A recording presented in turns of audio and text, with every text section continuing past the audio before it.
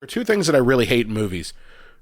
When ridiculously good-looking actors try to play ugly and try to play like they can't, like, oh, I can't get a date or I can't do this. And it's like, no. That doesn't work that way. You're miscast. I'm sorry. The second thing is when they have jobs that are completely unbelievable. Like, you ever notice that movies will typically have their main characters have some, it's either graphic design, architect, or web developer. That's the job. Or advertising agent, because that is the greatest get out of jail free card, because you can be like, hey, did you finish that new advertisement for Dr. Pepper? And they can get away with it because, like, oh, well, of course they're working on an ad for Dr. Pepper. I always look at it as like, they put them in these jobs so that they can have time to do the weird shenanigans in the movie. Oh, goody, goody, here it comes. Welcome to the Cinema Psycho Show. You are interested in the unknown, the mysterious, the unexplainable. That is why you are here. Oh, my God, don't stop now! With your hosts, Brian, John, and Elaine. Welcome to the Cinema Psycho Show, the madhouse for film freaks and film fans of all types. I'm your host, Brian Carrington, joined by my fellow co-host and filmmaker, John Woolscroft. Get your abortions while you can, ladies. God. Wow, you're just... I went news heavy. I went I went topical. You went topical. I mean, you did. Yeah. You did there. You're not wrong to say that. I mean, this isn't that kind of show. A bunch of elderly white men want you to tell you what to do with your body. You know. Yeah. Fuck them. Seriously. Even though none of them know enough about a woman's body to even give them an orgasm, let alone how babies work. So very true. And it's not like, you know, if they cared so much about the sanctity of life that maybe they would make things like universal health care a thing, and I don't know, universal pre-K, and, you know, 100% free school lunches, and just, you know, all those sorts of things that actually support you after you've been born. Well, remember, as George Carlin once said, pre-born, you're fine. Preschool, you're fucked. Yeah, it's true. Yeah. Good cut there. So for the 5 people who are left, welcome. We're in episode 239, and I promise you that we don't have any political things to go over today aside from that. Oh, especially with this episode. Yeah, this episode's really going to be... It's gonna be bad. So if you were a fan of when we kind of go off the rails on a movie, like when we were talking about Money Plane, this is probably going to be a lot of that because this movie right out of the gate is off the rails. We're going to be talking about movie 43 this week, and John, I'm kind of surprised it took us this long to talk about this one. I know. Well, and Brian, I suggested that we do this one to you, but it was all based on the history about it and all the notoriety that I'd heard, because you had seen it, but I hadn't. So I'm like, hey, let's do movie 43. And you had never seen this until like recently?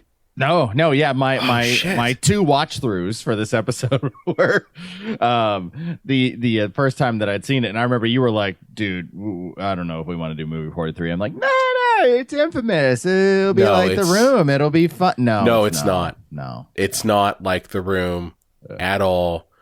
The Room, even though as bad as it is, has joy to it. There is no joy with movie 43. It is a slog, in the purest sense of the word. Here's the thing. I remember when this movie was very barely publicized when it came out in, 2013? Was it 2013? Yeah, 2013. I remember when it was barely publicized. No one really knew how to market this fucking movie, which I understand. But then I went and watched it because I was like, well, you know, let's see how terrible it really is. And it's pretty fucking bad. I know how to market this movie. Famous people. That's literally it. And I actually, when I saw the trailer, even though I'm like, I don't know, some of these jokes in this trailer are landing for me. I'm like, but it's got to be good. It's got Richard Gere and Kate Winslet and Hugh Jackman, and he's Wolverine. Like I was like, he's Wolverine. He can't do anything bad. Yeah, it's got all these stars in it, these A-list stars, past and present, like. And Johnny Knoxville's there too. Whatever, Yeah, he shows up for a minute. Yeah. And I'm like, wow, yeah, it's got to be good. And then I think I just heard all the reviews and everything, and all of like from the critics and also from just people that saw it. And I'm like, I'm going to be skipping that. Yeah. Worst movie of all time was said by many people. Well, here's the thing. I don't know if I could call this the worst movie of all time. No. Because we have seen some movies that are, anything that Neil Breen shits out is runner up for worst movie of all time. I mean, it's incomprehensible. Movie 43 somewhat makes sense depending on the version you watch, and I'm going to get to why I'm talking about version you watch because there are differences. John, I'm curious what version you watch, but the thing is that when you look at movies like the Neil Breen films, they clearly are made by an inept fool who somehow has gained notoriety from his ineptitude. Movie 43 is made by real film professionals. Yeah. Yeah. Like that's the real catch here, is that this is made by people who have made a living consistently making movies and working within the industry. It's almost like if the industry decided, hey, we want to make a shit film, how do we do it? That's kind of what this movie is. A shit film on purpose. Yeah, and I mean, millions of dollars went into this. They had some of the biggest names in Hollywood. They had professional cinematographers, professional top to bottom, people. And this is what was churned out. And for anybody who is like being contrarian out there, I want you to know I love sketch comedy movies. Now for something completely different. Monty Python, Kentucky Fried Movie. Love this genre. I love any anthology film, whether it's like horror or I love horror anthology. It's comedy. That's one of my absolute favorite types of horror movies is the anthology film. But this just thought, like, if we go as dirty and disgusting as filthy as possible, we don't have to actually have jokes. Yeah. And that, I think, is probably at its core what this movie is. It lacks comedy. Like, I've never seen a movie that's been billed to be comedic that has clearly lacked just the basic tenets of comedy. Like, am I wrong here? Am I just missing the mark? Because it really feels to me like there is no comedy at all. I didn't laugh once. Not once. I think I maybe gave out 3 yucks. This is also your first viewing, John. So, like, if your first viewing of movie 43 is, well, I only got 3 yucks out of it, every subsequent viewing is going to be less and less. And to give you a point here, the last time I saw this movie was probably about, I don't know, at the time it came out, so probably around 2013, 2014. Yeah, and to be clear, this movie's around I think like 90 minutes, and so you would think like, about 2 yucks a minute. So you got 180 yucks. I got 3 out of 180 yucks. Yeah. And I can probably guess each one of those 3 yucks. I'm going to take a guess that one was when Wolverine's balls shriveled up into his neck. That probably was a yuck. Surprisingly, no. Okay. No. Oh, no, shit. Yeah. Okay. The thing is, you're putting me on the spot. I can remember 2 of them, but I can't remember the third. But we'll see if you get the other. Okay. Yeah. So this movie was considered the Citizen Kane of awful by Richard Roeper. Okay, cool. Your Gene Siskel avatar. Yeah, Gene Siskel and Roger Ebert avatar. Calling it the Citizen Kane of awful. All right. I mean, clearly it's I mean, it's awful. I don't know if I would call this the worst movie of all time. I've seen much worse. This is the worst movie made by professionals. Let's call it that one. Well, yeah, and for those, like, if this is your first time listening to the show, a lot of the people that had a problem with this movie were offended by how offensive the movie was. And if you have listened to the show, you know that I have no problem with offensive humor, shock value, pushing the envelope, pushing the boundary. So I had no problem with, like, the outrageous nature of the subject matter of these skits. It's just that they didn't know how to, like, tell jokes, tell a story, to land anything. Because I watched this with just I wasn't shocked by any show, but I just sat there with my hand on my cheek, just bored out of my mind. I was totally bored watching this movie. I'm like, this is it? Like, oh, Hugh Jackman has balls on his face. Okay, now, his balls are going to get into olive oil and his balls are going to accidentally touch a kid. Like, it's just like, okay, I get it. He has balls and they're going to touch things. That's the joke. Well, for 9 minutes. Yeah. You're not even being exaggerated. It really is, like, for 9 minutes. You know what it is, though, and I was thinking about this as I was watching it, because, again, I did not laugh a single time while watching this movie. But I kept thinking to myself, I'm like, who in their right mind thought this was going to do well? And I had to think back to 2013. Do you remember what types of comedy came out in 2013, John? No, I barely remember 2013 at all. So 2013, around the early aughts, okay, early teens and late aughts, early teens, you had a type of movie that was basically in the vein of the gross out hipster movie. Okay, you had movies like Superbad and The Hangover. Okay, these types, and also like Horrible Bosses. Okay, these types of very irreverent and gross out types of movies. That was what was popular. You know what I mean? Mm-hmm.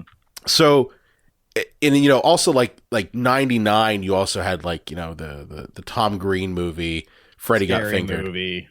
Yeah. Oh man, so good. So good. We did a review of it, a joke review, but still a review of it. Check our archives. But like Frodrick got fingered. Frodrick got fingered. So you had these type of gross out movies that also had kind of a hipster spin to it, and that's where I think movie 43 kind of came from, because it isn't a pure, like, gross out type of comedy from, like, the mid 90s and late 90s, like the what the hell is it? There's Something About Mary, which, surprisingly enough, one of the directors of Something About Mary was the main driving factor behind this movie. Oscar winner. Oscar winner. Mm-hmm. One of the Farrelly brothers. Yeah. So that's where comedy was at the time this movie came out. That's the only reason I can imagine how this movie got money. That, and I think it was truly, and I don't think anyone will admit this, I think that the producers behind this movie got their friends in a dare. I think this is a dare movie. I think this is like I dare you to do this ridiculous thing. I don't think you have the balls to do this terrible movie or this terrible scene. Well, Brian, I actually did a little research on this. Oh, okay. And there was like 10 to 12 like people who were initially, let's call them the Illuminati. The Illuminati. Hollywood Illuminati maybe just was the actual Illuminati. Who knows? It probably was the actual one. Who were in charge of this, that had like every connection on the book, like Gerard Butler, Richard Gere, and they called in all these favors. And some people they sent a script to, like Hugh Jackman got a script and went, balls on my chin, or I'm in. But so good for you, Hugh. Well, but, I think he also has a sense of humor. That's the only reason I can think that he would do it. Yeah. You know, like he's done things that are ridiculous before. Like he's shown up in like Deadpool and shit, and he has a sense of humor. Yeah. That's the only reason why I think he did it. But a lot of these guys, like Richard Gere was friends with some of the producers, and he's like, oh well, I can only do it in a year, and a year from now, and you have to double my pay, and you have to move it from LA to New York, thinking that okay, they're gonna be like, well, fuck you, Richard, and they went, cool, yeah, fine. And a year went by. He's like, oh, well, I dodged that bullet. And he got the fucking phone call. It's like, time to pay up, Richard. And time to pay up, Dick Gear.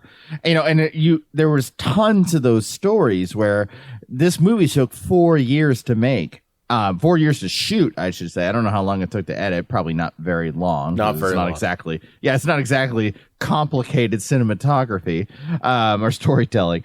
But yeah, they waited until everybody was ready, and everybody shot usually for like a week. They paid them way too much for 7 days maximum, usually off of whatever other movie they were working on.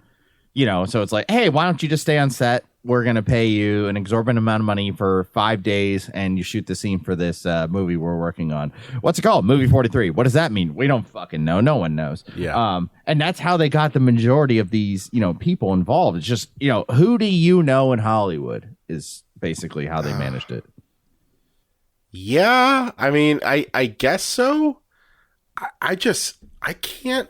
I guess if that's really the case, what that illuminates to me is just how vapid and disconnected these actors really are from the material they're getting paid to make. Oh yeah. You know what I mean? Well, like you always hear about actors who are like, "Oh, I was drawn to the script." It's like, okay, yeah, I buy that, and then you see them do this. Like the actors in this, they're not people that like you would snuff at. Like these are real actors here. People who've gone on and done like a lot of stuff. Liev Schreiber is in this and in a major role. Naomi Watts is in this. Like, look, Kate Winslet, for fuck's sake. Like Oscar winner. Oscar winner. Okay? Like that's the thing that gets me the most about this is just either they were tricked into it, either they just didn't care, or they all were doing it for the fucking money. Like, I can't wrap my head around it. There's two other things that I didn't read this, but I have a theory. Okay, what's your theory? One, as you just said, money, quick payday. Yeah.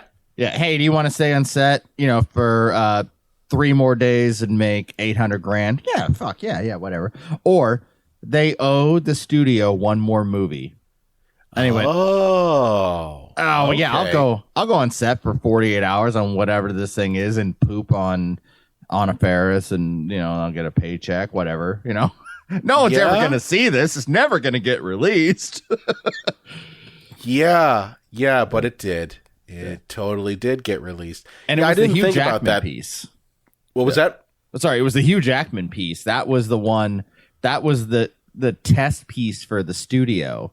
Oh, God. And they brought that in, and they went, brilliant. It's outside the box. We're gonna give you $60 million fucking dollars.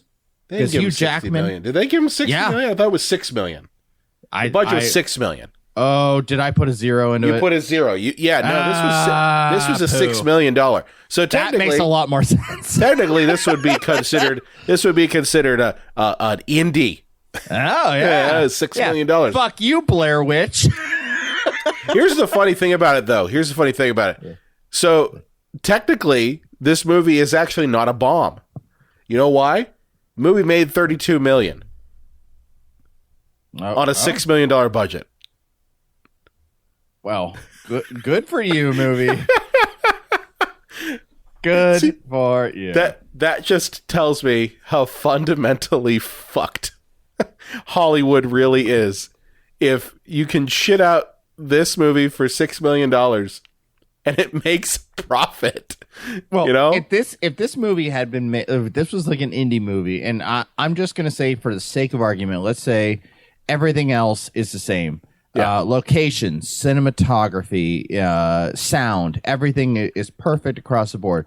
But you replace like Halle Berry and another Academy Award winner, Kate Winslet, Richard Gere. You replace this with unknowns. Yeah, this movie makes $30. Well, I honestly think that if you took away the concept of this movie is as terrible as it actually is, and you swap this with any other movie, and let's say it did make the same budget and the same result, $32 million. They would call this a fucking success. They would absolutely say, "Oh my God, we need to make more of these." Yeah. You know what I mean? Mm-hmm. It's like, that's the thing. It did make a profit. A pretty good one, if you think about it.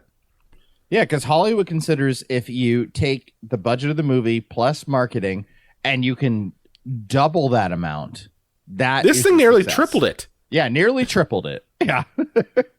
I'm surprised we didn't get movie 44. Yeah. So yeah, this movie's fucking terrible. I don't know where to start with this. So here's the thing. This movie is very much an anthology.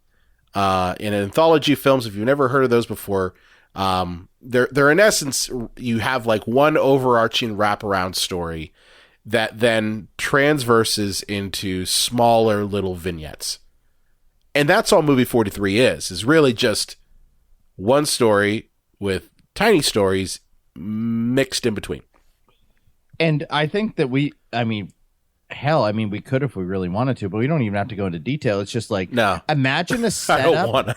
Yeah. Imagine a setup for a joke, like no matter how tasteless or whatever. And then imagine not getting past the setup. The setup is the shtick. Yeah, or I even like the analogy of imagine an entire movie, 90 minutes of nothing but Family Guy cutaways. Yeah, but instead of like 30 seconds like Family Guy, it's anywhere from 9 minutes. 3 to 12 minutes. Yeah. Remember that time I ran into Hugh Jackman and he had balls on his chin? You think that's bad? Remember the time we didn't know how to deal with my daughter's period? That literally is a whole vignette. Yeah. You think that's bad? Remember the time my animated cat pissed all over Elizabeth Banks? Yeah. See, here's the funny thing about this. Talking about it is much more humorous than actually watching the movie. All right, Brian. Let's do a marker board. Let's do a marker board. Okay, imagine. Board. I'm going to clear my head. I'm going to try not to remember the movie, and I'm just going to name everything over the top that I can think of, and let me know if it's in the movie. All right. So I'm going to try to take the movie out of my head. Let me see. Okay. Poopies. That's in there. Period blood. Yeah, that's there. Boners. Kind of. Yeah, I think so. Okay. Yeah, actually, there is. Yeah. Testicles. Oh, totally. Farts. Yep. Abortion. I don't think that's there. Okay. All right. People with some level of disability.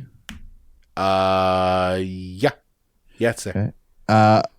Racist stereotypes. Totally. Prejudice stereotypes. Oh, absolutely. Let me see here. Jokes about death or abortion.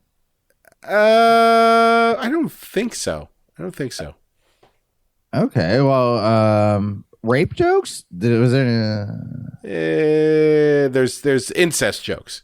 Incest. Okay, yeah. Ding, incest ding, jokes. Ding, ding, ding. Yeah, okay, yeah. Yeah, so I really did not think about it. So yeah, I'm just like, okay, what's the marker board of everything that we can hit to like shock value the audience? There we go. That's literally movie 43 in a nutshell. The thing is this, none of it is funny. None of it. Mm-hmm. Not even stuff that is less offensive. Like there are some clear stuff in there that I'm just like, you could not make this fucking movie today at all. But the things that are in there that are not nearly as terrible as that are still just not fucking funny. Just not funny. So now I did mention earlier that there are two versions of this movie. Now, which one did you watch? Did you watch the one with the pitch, or did you watch the one with them, the teenagers? I saw the one with with Greg Kinnear, the pitch. Okay, so I watched the one with the teenagers, the alternative version. Oh, I didn't know there was an alternative. There is an alternative version. So the one that went out theatrically was the pitch one. That one was actually made by Peter Farrelly. An alternative version went out in some other countries, like the UK, and I don't know how the hell I was able to get it. But either way, point is, the one I watched, the wraparound story, is different than the pitch. Okay? So the wraparound story in the one I watched was about a group of teenagers who are on the internet trying to find movie 43, and they're hacking stuff, and Fisher Stevens shows up somehow, trying to get them to not find movie 43, because if they find movie 43, then it will cause the end of the apocalypse, and hell ensues. Okay. This is the movie, folks. I'm not even joking with you. This is literally the movie. So that's the version I watched. It's called, and if you look up on Wikipedia, it's called The Thread. That's the alternative wraparound story. But with the pitch one, can you explain a little bit about the pitch? Yeah. So, oh God, what is his name? He's got the worst 17-year-old boy haircut I've ever seen. Is it Dennis Quaid? Dennis Quaid, thank you. Yeah. I was thinking of Randy Quaid. I'm like, that's not right. No, Dennis Quaid. Dennis Quaid paid his taxes. Although Randy Quaid showing up in this would not surprise me in the least. No. Probably getting pooped on. He'd probably be like, "Oh, the government's trying to get me." And oh no, I have to ejaculate on a waffle and then drop it, and a dog will eat it and then get run over by a car. Ew, gross. Nasty. But yeah, Dennis Quaid with the worst haircut ever, because I guess bad haircut equals funny. Yeah. Is pitching a movie to a movie executive, Greg Kinnear, and Greg Kinnear hates every idea that he has. He eventually pulls a gun on Greg Kinnear and says, "You have to keep listening to my pitches," i.e. the lead into the skits. Okay. And and shenanigans ensue. That's your version sounds a lot better, because no, it's not. I don't know, but teenagers looking for things, teenagers are gonna find gross out stuff. Okay. And the fact that your version actually has an explanation for the title of the movie. Mine, I'm like, why the fuck is this called Movie 43? I almost led in this episode with that. What the fuck does that mean? Okay, so here's the thing. My version is not any good. Okay. I didn't say any good. I said better than mine. Listen, it opens up with these two idiot teenagers doing a YouTube video, okay, in which one of them holds a dart in their mouth, and the other teenager throws the board at the other teenager's face holding the dart, trying to get it into the bullseye. I'm not laughing at the joke. I'm laughing at how stupid that is. It's so fucking stupid. So no, there's it's not good. It's dumb. The one teenager's it's like the whole premise is that these two teenagers don't like the one's younger brother who's smarter than them, and they're trying to fuck with him by getting him to find this thing, movie 43, that they make up on the spot. And while he's trying to find the movie, his older brother is taking his laptop and loading it up with internet porn, because he says viruses come from internet porn, and that's how he can slow down his computer. And oh yeah, by the way, because we have to throw this in there too. Over the course of the wraparound story, the older brother finds MILF porn on as one of the sites, and he starts jacking it to a cam girl. Sure enough, we find out at the end of the movie, the cam girl is his mom. Oh, see, I thought you were going to say that she had a penis. I thought, oh, he's going right to penis. The mom was wearing literally the same outfit that the cam girl was. And he starts losing his shit. Does she have a mask on? How did he not know it was his mom? Because it was just from the neck up. There you go. Yeah, but he like sees the outfit. It's like, oh my god, I jacked off to my mom. Okay, gross. Funny. Yeah, that's the caliber of movie we're talking about here. But I did want to talk a little bit about some of the little wraparound, not the wraparound story, but these segments. I don't want to go through all of them. Okay, well, because real quick, do you want to name your favorite and your least favorite? Because I do. I don't have a favorite. All right. Well, I guess the one you hated the least, because that's how I would phrase it. The one I hated the least. Okay, that's a good one there. Shit. Let's. Do you want me to go first? Yeah. You go first. To think about it. You go first. You can look at the menu for a second. Well, yeah. You go first. I got Wikipedia open, so I could see which ones are which. The one I hated the least was the Halle Berry one. Okay, that's interesting.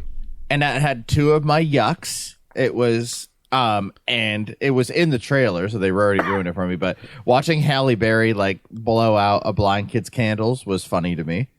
That part I did find hilarious.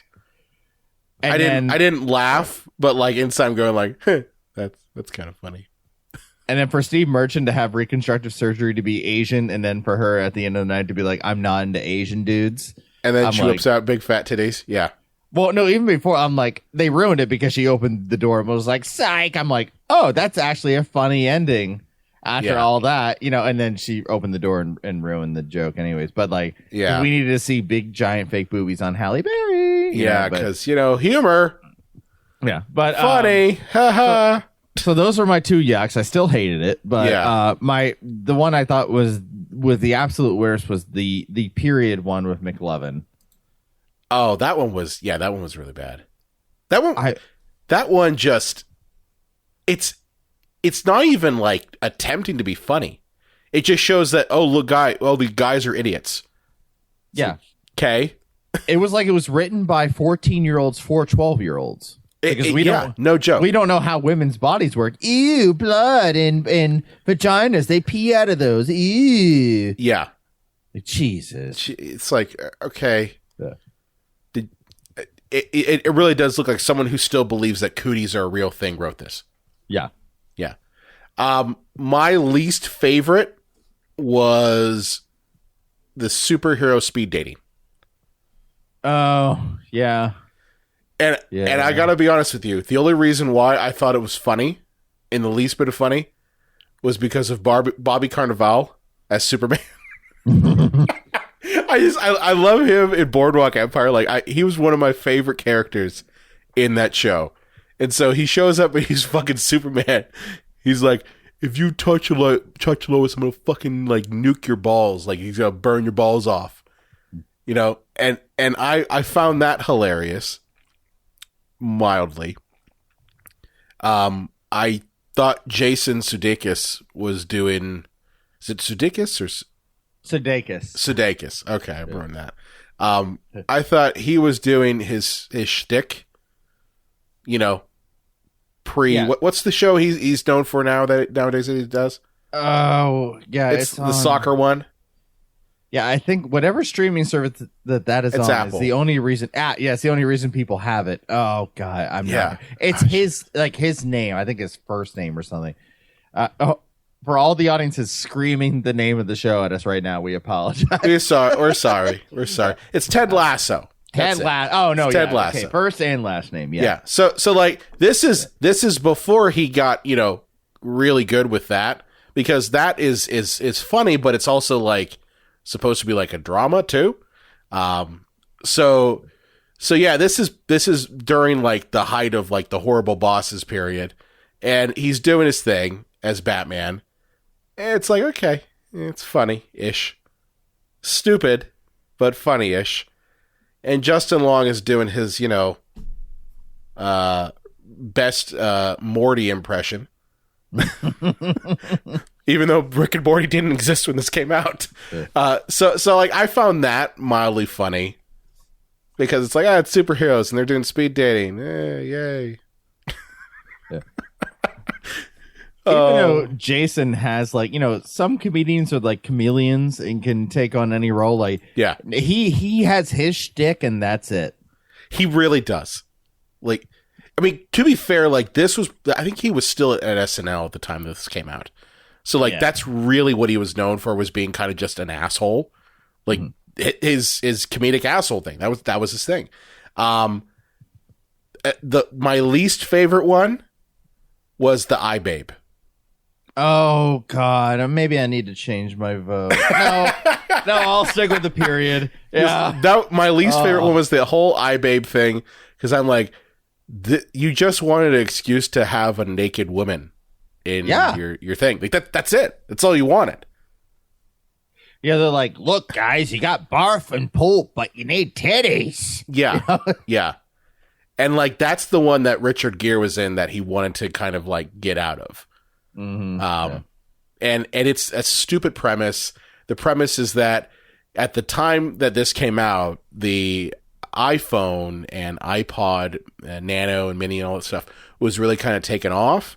So like the concept is, what if we have a commercial in which an MP3 player is in the form of a naked woman, and it's called the iBabe?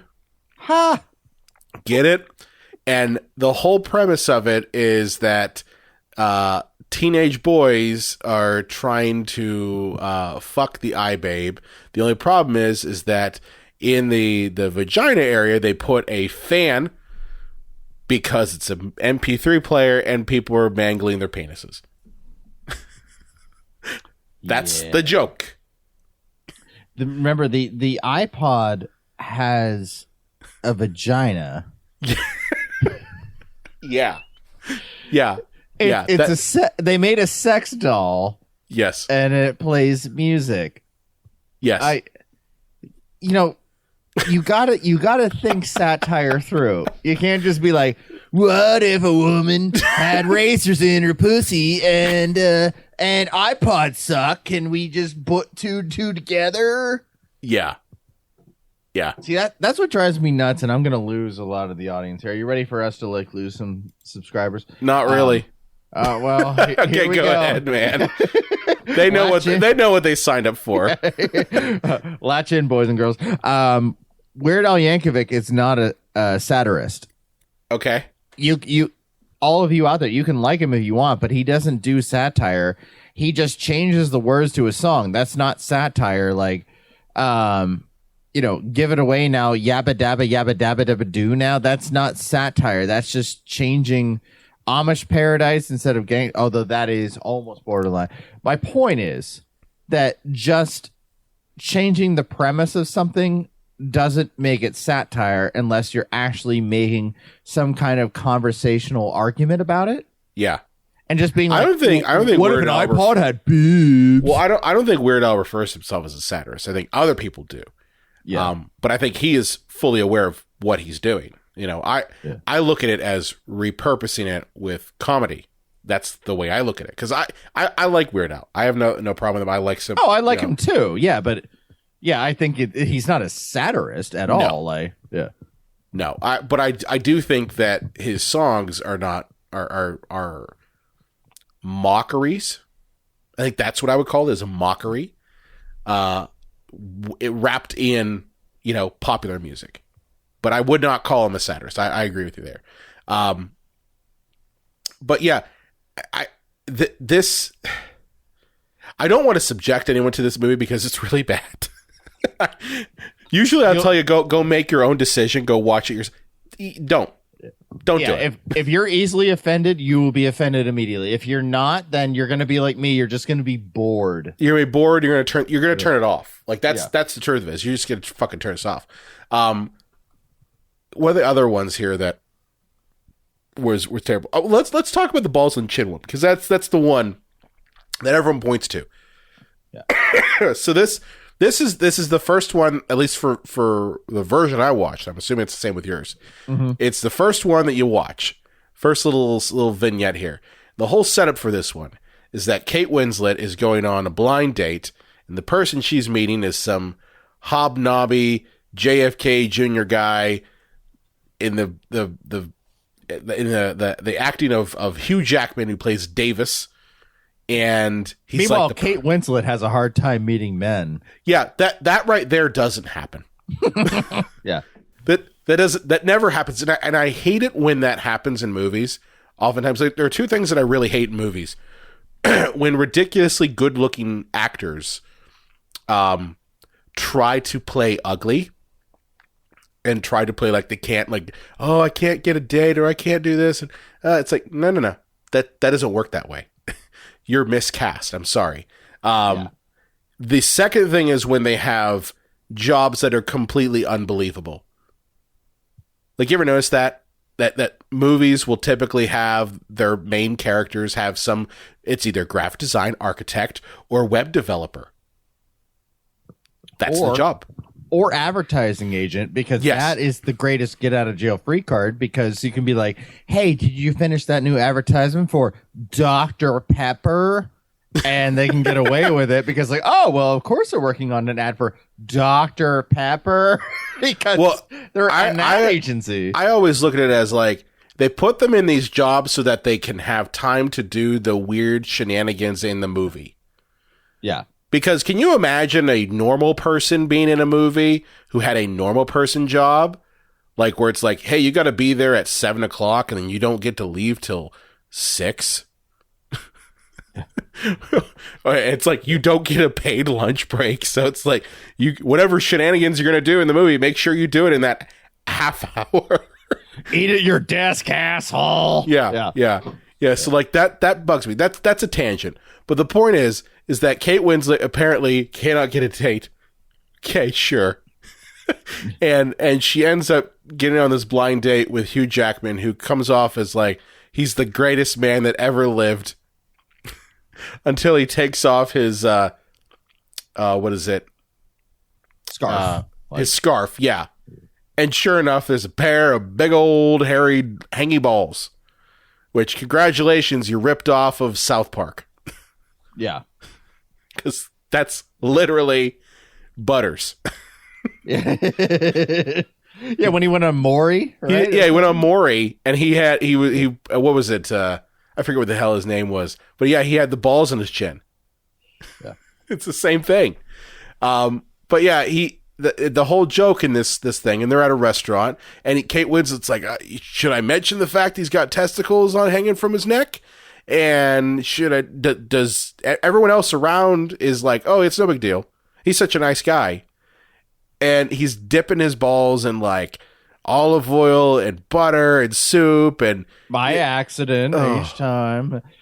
And they did the joke backwards because somehow she's like the crazy person because she sees it like that. It should be that her trying not to acknowledge it, but then everybody's seeing it. It almost seems like nobody else who has never seen this man before does not notice the fact that he has testicles on his chin, making her almost look like a fucking crazy person. Yeah, she comes off like a crazy person. You know, comedy writing 101, guys. Come on. Yeah. I did feel that it felt forced. Like, that's, I think, the biggest thing is, like, if they had it where everyone else around them was trying really hard not to comment on the fact that he's got testicles hanging from his neck, that probably would be funnier. Yeah. You know? The only person who should not... Oh, I'm sorry. Oh, go ahead, dude. I said the only person who should not be in on the joke is Hugh Jackman because he's used to having chin balls. So he should... be like, hey, what's the problem? And somebody's looking at him. He's like, do I have a booger in my nose? Waka waka. It should be something like that. Yeah.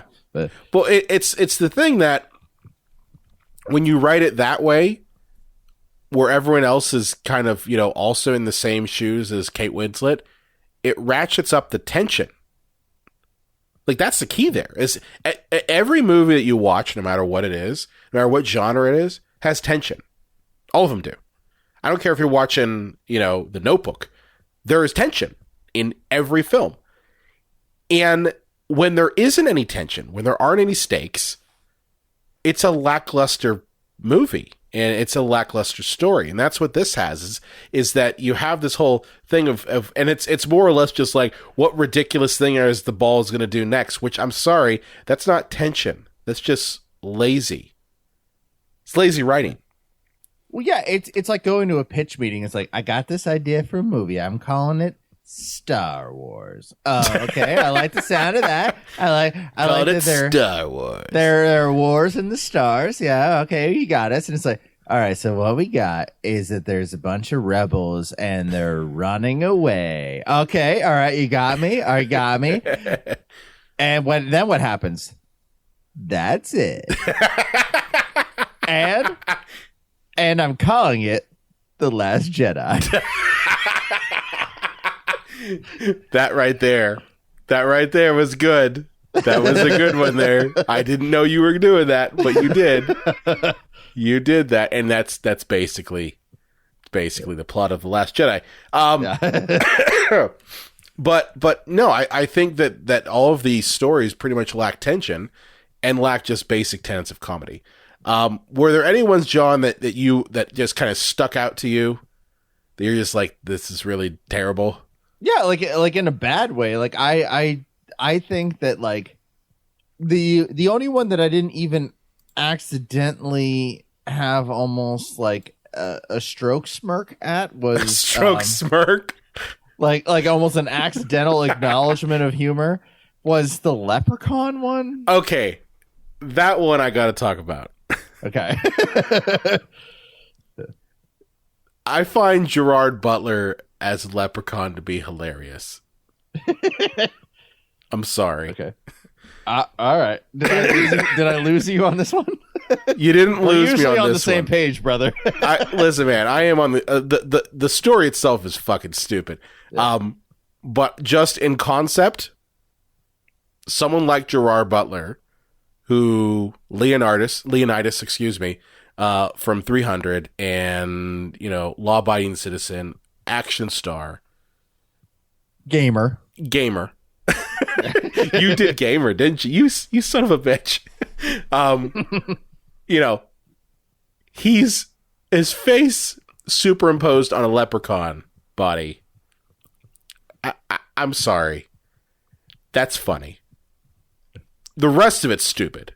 Like, the concept is stupid, but like just that alone, the idea of that, it's kind of funny.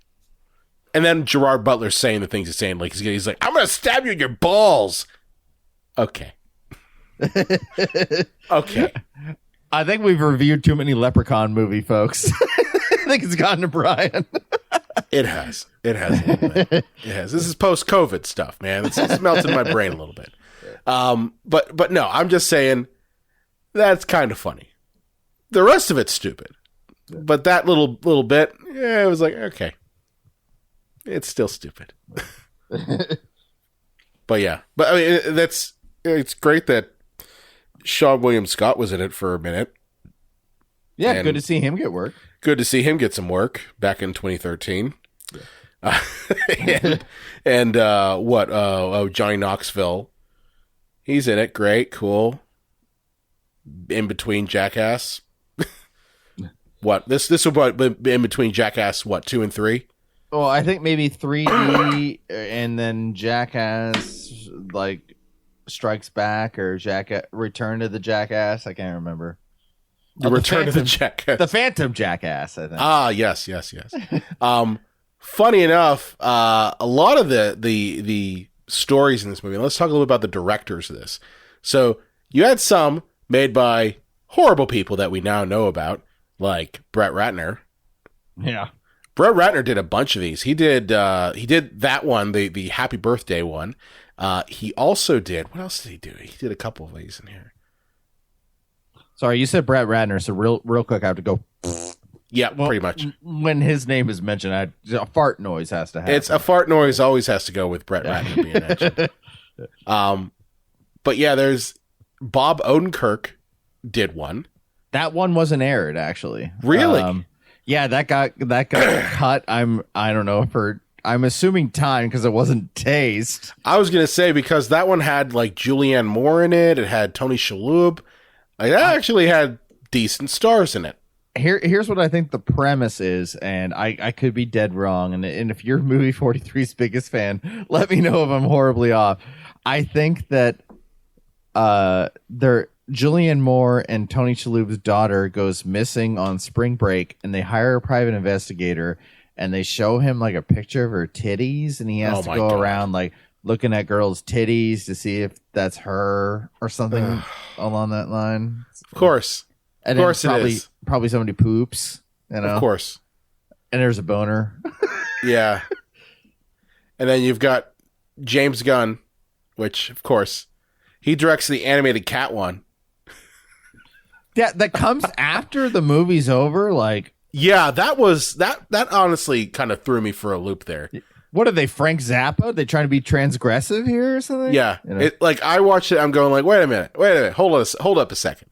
You've got the credits rolling, and then you cut to another one. Like, why? And that should be Hulk Hogan versus Andre the Giant. You know what I mean? That should be your main event. No, but no, it's just like it's middle, I would say. I mean, it's hard to rank these, but it's like middle of the road in terms of their skits. I'm like, this is your zinger. This is your encore. This is the encore of the movie. Yeah. Well, I mean, this is James Gunn at his most gross. Keep this in mind. This is 2013 James Gunn. This is when everyone was coming after him and he was trying to be all shocky. Yeah. Yeah. See, this is back then. So like, it's not out of his personality to have an animated cat jacking off to Josh Duhamel. Okay. Okay. I didn't know why that was in there, but okay. That's cool. But yeah, like some of these, I think the most boring one I felt was Victory's Glory. That's one with Terrence Howard in it. Yeah. This is boring. Yeah.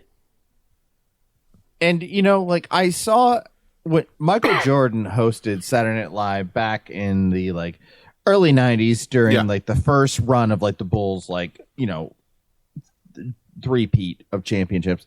And one of the jokes was that, you know, the league was all white guys and then they let in the first black guy, and, you know, it's Michael Jordan, not as Michael Jordan because it's supposed to be like the 40s or whatever. And Michael just pwns everyone on the court. And it's like, oh, okay, I get the joke.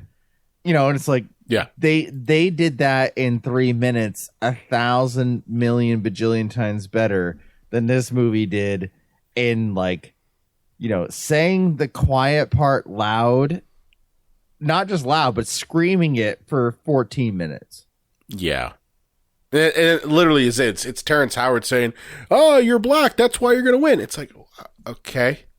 Okay, yeah, that's a good setup once again. And like, and where does it go? Nowhere. No, it's just let's the repeat setup it over is the joke over and over. It's like okay. And over again. I don't again that I just that one I think was probably the lowest point. Now here's the funny thing. I think that they front loaded all of the quote unquote good ones in the beginning. And so like by the time you get to like you've got some like the middle school date, which is that period one, which is terrible. The Happy Birthday, Truth or Dare, you know, those are all at the end. Okay, like they put the shit ones literally at the end, and the quote unquote good ones are at the beginning. Like the homeschool one, which is right after the catch. That's considered one of the quote unquote good ones because it comes right after. That's one with Liev Schreiber and Naomi Watts, and the premise of that is annoying. Wait, I'm trying to remember. Does a kid want to like? I literally watched this yesterday. Does a kid want to fuck his mom? Oh yeah. Oh yeah, no. Do they want him to have an experience of being a high school student? So yeah, the mom wants to like fuck her kid. Well, no. It's not even just that. Like the whole premise of it is that, again. This is the movie. This is not us just making this up. This is in the movie. Naomi Watts and Liev Schreiber believe in homeschooling their child. So because he's in high school, they want to give him the whole like high school experience. So they do all the horrible things because unless you were, I don't know. Like John, I think your high school experience was vastly different than mine. Mine was horrible. Hated it. I block out most of high school. Most people I know said the same sort of thing. So the premise of this one is that these parents want to give that horrible experience to their kid.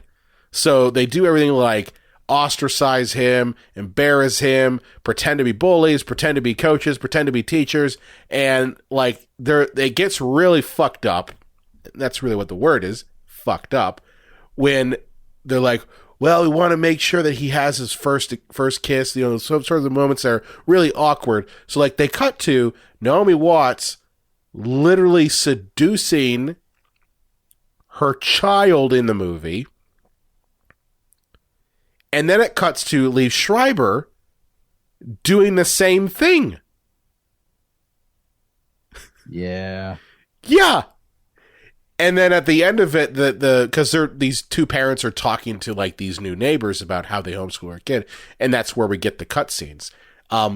At the end of it, we see the kid. He's like, he seems all well adjusted, although he looks like he's like gone through hell. Because let's be honest here, that's exactly what it is, going through hell. And he's like, I'm taking my girlfriend Jenny out with me, and he pulls out a clearly sock fuck doll with his mom's face on it. Yeah. Yeah. It's really weird and not funny. See, some of these pitches, I can wrap my head around how a good salesman could pull it off. It's like, yeah, oh, hello, Mr. Richard Gere, and then Richard says, hey, it's weird you said my full name. It's almost like we're on a podcast and you're doing a skit. And he said, no, it's all right. And he says, well, we want you to do a skit where you're trying to come up with an idea of a sex doll, but it's an iPod. Whoa. And you don't want anybody to put their hands in the vagina. Whoa. It's like, oh, well, I mean, I don't know. It's not that funny, but the paycheck looks good. Or even something like, hey, Hugh Jackman, Wolverine. You're a sexy dude. And he goes, oh, that's right. But hey, you got balls on your face. And he goes, I can work with that. But how do you tell Naomi Watts, Academy Award nominee? That's the thing. Academy Award nominee. Liev Schreiber, I'm sure, who's been nominated for like a Nick Choice Award or something. No, he's classically trained, I believe. But just like, we want to do a skit where you try to fuck your kid. And how do they go, I'm in? Well, that's the thing is I don't know. I think some of this, again, I don't know if this is just they saw the dollars and said, well, whatever the fuck, okay, whatever. Oh, or they just said, I don't need to read the script. It's for a buddy. I'll just do it. Or they were dared. Like, yeah. That's the only thing I can say is just that they were dared. Do this. And maybe they didn't think that it would ever see the light of day. I don't know. Because there's no way in hell that you could get all of these name actors to agree to this sort of movie without even thinking about it. Like, that's the thing is, again, we always think about these actors being able to choose kind of what movies they want to do and really have a say, especially A-listers, like a lot. And there are A-listers in this. But they did it for whatever reason. The funny thing is this movie, while being horrible, doesn't seem to have ruined anyone's career. Yeah. Everybody that's came the out kicker. of it unscathed. Yeah. Yeah. That's the real kicker. I mean, you got people like Chris Pratt became Star-Lord. JB Smoove got into Curb Your Enthusiasm. Naomi Watts is still making movies. Liev Schreiber does what he does. What the hell movie is it? Not TV show. He does Ray Donovan. So like, they've all done well, despite being this. Hugh Jackman went on and did more Wolverine movies.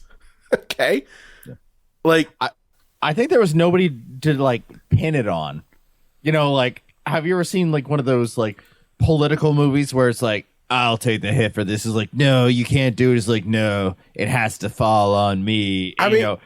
And somebody takes like the big fall for something that's not necessarily their fault, or other people are involved. I mean, but they take it. John, Peter Farrelly did Green Book. He won an Oscar. Okay, like, and that was not that long ago. Okay, he did movie 43 in 2013. Okay, he followed it up with Dumb and Dumber 2, and then he did Green Book. So, well, if I'm Peter Farrelly and I'm on Fox News right now, I'd be like, well, there were 10 directors involved in this project and over 20 writers. So I don't know if you can try to pinpoint the blame for such a thing on me. I mean, there were many chefs in the kitchen. There are, but there's always one master chef. Okay. Yeah. Like, you could say that all you want. There's always one master chef. Yeah, that man's been writing There's Something About Mary, He totally success for 30 years. Yeah. Yeah, I mean, I'm surprised that this did not completely bankrupt Rogue Pictures or Relativity Media. I mean, it clearly, you could, if you look online and you actually look at what they were producing prior to this, I'm talking about Rogue Pictures specifically, you see that once movie 43 comes out in 2013, the amount of output that they put out really went down. Yeah. They did, after movie 43, they did The Disappointments Room, they did The Strangers Pray at Night, which that came out, a number of years later, because that came out in 2018, and they had Violet and The Independent. So they really have not put much out after movie 43. But prior to that, they were doing, a bunch. They were doing Season of the Witch. They were doing Limitless and Catfish, the movie. They did also MacGruber. Okay. They did Hot Fuzz. And they even did movies like Seed of Chucky and Cherry Falls. Damn, I didn't know they did Orgasmo, but they did Orgasmo. So the point is, they had some output, and then once movie 43 came, it kind of ruined it. Yeah, and for audience who don't know this, a lot of when you're annoyed because there's 6 or 7 separate production company things that come up at the beginning of a movie, know that those are the people that really actually truly financed the movie and made it happen and got it off the ground. Unless it's the new Doctor Strange movie, of course Disney is financing that from the ground up. But, a lot of times it's these smaller production companies that create a film, put their whole entire luck and hope behind something and hope that a studio will buy it, like a 20th Century Fox or something, So, and apparently somebody put their hopes behind movie 43 and it bit them right in the butthole, unfortunately. It didn't. Again, I go back to this. They only invested $6 million into this thing. And they made $32 million. Yeah. I mean, I can't say that that's a bomb. I think it's the reputation. I think, as you pointed out, I think the reputation off of this movie, hurt them more than their finances. Yeah. Yeah, I'd agree with that. But again, Peter Farrelly did Green Book. Yeah. It obviously didn't hurt him that much. Oh, it hurt the smaller guys. It hurt the small guys. It hurt the people like Fisher Stevens, who he really hasn't done much after this. Brian, it's like what Harvey Dent said in The Dark Knight. Yeah, of course the top guys are going to make bail, but all the lower class guys, they can't afford it. Did you just seriously use a Batman reference to describe movie making? Yes, I did. Yeah. Top guys will make bail, but the little guys, they can't afford it. Imagine what you can do with somewhat days of clean with streets. 6 months of clean 6 streets. months clean streets. Yeah. Imagine what you could do with 6 months of terrible films. Yeah. I don't know what else to say about this movie. Don't watch it. I'm not going to tell you to watch this movie because honestly, it's not even one that I think if you were drinking with buddies that you would even enjoy. Yeah. Because it's a tough thing where it's professionally made enough that it's not fun, and because it's comedy, like something like Catwoman, with Halle Berry again. That movie had, I don't know, let's say a $10 million budget. I'm pulling that out of my ass. I don't know how much money that movie had, but like it was professionally enough made that. Yeah, it was a professional movie, but you could still laugh your ass off at it. But the problem is with comedy, $100 million. Holy fucking titties. Okay. $100 million. I didn't know that. Yeah, I guess the first 10 million went to fucking Halle Berry's fucking douche. I don't know. But it went to Benjamin Bratt, Yeah, Benjamin Bratt. Yeah. We overpaid him probably by about $9.5 million. But that movie is serious, and so when it fails, like, it's easy to laugh at, but comedy always has that out, like, well, of course it's supposed to be like you're supposed to like snicker at it. It's comedy, so that's what makes it not like an enjoyable get drunk with your buddies and laugh at. I just think like bad movies, because here's the thing, we both love our bad movies. Like I think you and I both do. We have an appreciation. We have a whole goddamn subgenre of this entire fucking podcast on it. Yeah. But like we appreciate awful cinema. Yeah. This is not that type of awful cinema. Because the reason why, we've talked about this before in the show, the reason why that I think people gravitate towards movies like The Room and Troll 2 and these sorts of, awesomely bad movies is that the filmmakers behind them are trying as hard as they can and failing equally hard. You know what I mean? Mm-hmm. Like Claudio Fragasso in Troll 2 clearly is trying to make the greatest movie of all time. Tommy Wiseau is also trying to make the greatest movie of all time and failing spectacularly on both counts. So when you have that ego that thinks they're making the greatest movie of all time, not that they're just making a movie, but it's the greatest thing of all time and failing at it, it's hilarious. Okay? Like Troll 2 and The Room, they're both shot competently. Right? Like, yeah. I don't see anything in either of those movies that's like, oh god, this is like, it's not like Birdemic, where I can't even watch Birdemic. Like it's in focus. There's no shot that's out of focus. There's no like burnt out shot, like where the lighting's too hard. There's no boom mic hitting an actor in the head. Nothing egregious. Like no, it's just performance and structure for the most part on both those. But that's the thing. It's you're seeing the filmmaker try their hardest and fail in spectacular glory at trying to make their greatest movie of all time.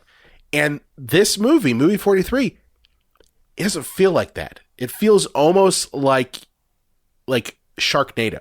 Like that's the only thing I think about is that this is kind of like Sharknado. It's purposely made to be terrible. Yeah, but I don't think in the way that Sharknado was so blatantly obviously made to be like Roger Corman on crack. That I don't think they realized that they weren't like funny at all and horrible. I think they thought, oh, we're the new Kentucky Fried Movie. We're the next like great thing in humor. No. Yeah. No, you're not. and like just most of the jokes in this movie. Yeah. There's your fart. There's your fart noise. There's your fart. Or in the case of the one with Chris Pratt, there's your shit. Because not even a joke. We didn't talk about that one. There literally is a whole vignette about Anna Faris wanting to get shit on by Chris Pratt for sexy stuff. And then he has the poopy. And then he has the poopy. His butt explodes, and it explodes all over a car. And Ha ha, poop is funny. She wants to have foreplay, but he's gotta make poopies. Yeah. Made by 12-year-olds. Yeah. I hate this movie so much. Like, I really, John, like, I know that you suggested it, and I was like, oh, yeah, we gotta watch. This was probably, aside from the Neil Breen movies, because those really I get no joy out of, and feel that that's a slog. This one was a slog. Like, I'm glad it was only 90 minutes, though, because if it was any longer than that, I probably would have been like, I can't watch anymore. Real, I mean, I don't mean to be horribly shallow, but the only thing that was redeeming about this movie is that it had a lot of good-looking people to look at. That's really it. Yeah. It's like, oh, look, there's good-looking people who are pretending to have real problems. Like Kate Winslet not being able to get a date. Yes, I'm just a workaholic, and boy, I'm sure I'm so fugly. Yes, I don't look good at all. Perfect skin, perfect hair, perfect eyes. I couldn't imagine a working man drawing me like one of his French girls. She probably hates that fucking movie so much. Yeah. I hate that movie. Anyone looks at me, they're just like, oh, well, could draw me like one of your French girls. Okay. Oh, shit, man. All right. Well, that's enough about Movie 43. John, where can they find you at on the internets? Well, you can find me in a new skit with Channing Tatum and... I can't... What's the name of that, like, little twerpy dude from Dune? That Timothy Chalamet. That's the name I was trying to think of. Yeah, Timothy Chalamet. If I could have thought of his name, it still wouldn't have been really that funny, but I would have thought of it at least. Paul Atreides. There you go. Yeah. You can find me with Paul Atreides. The Spice. But yeah, on all the normal social medias, and as always, and like here's my plug. And hey, audience, if you've listened to like 10 of these episodes, let's say in a row, and you haven't gone to J-Dub's Video Nasties by now, like you're hurting me at this point. Really are hurting. You're hurting yourself.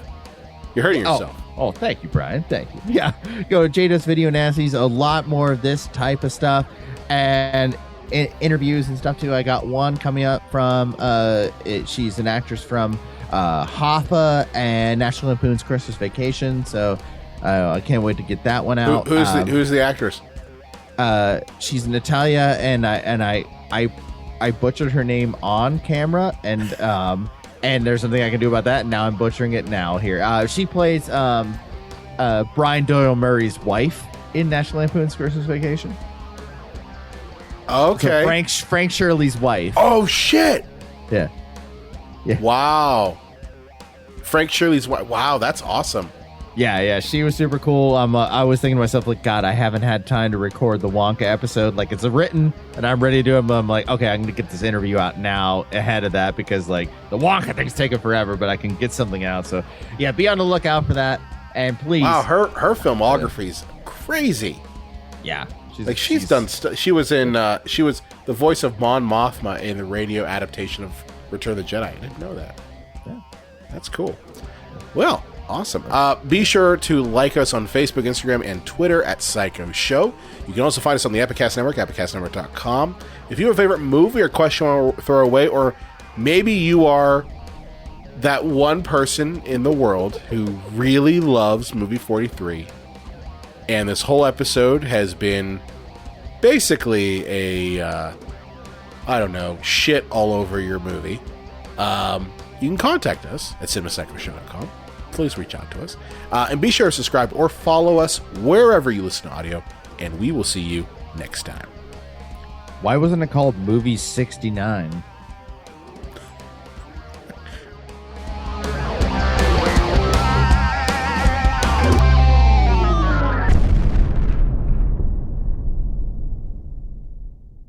Epicast.